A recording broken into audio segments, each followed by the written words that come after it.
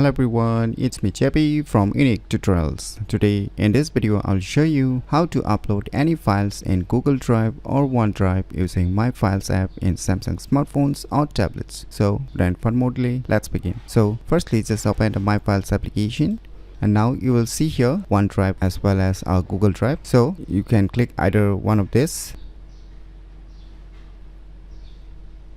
And now you need to put your OneDrive email address, and after that you can click on next to proceed with the rest login processes. After that you can directly access your OneDrive cloud storage. So similarly you can click on the Google Drive and you can select your respective email addresses from where you want to access the Google Drive cloud storage. So this Google Drive as well as OneDrive is pre-included in the Samsung's My Files app, from where you can directly sign in to your respective OneDrive or Google Drive cloud storage, and you can access all the data present inside this cloud storage. So by using this method, you can easily upload any files in Google Drive or OneDrive using My Files app in Samsung smartphones or tablets very easily. So if you never known about these cool tricks, then you should definitely give it a try. So if you find this video tutorial useful, please click on the thumbs like button, and if you're new to our channel, click on the subscribe button. And lastly, thanks for watching.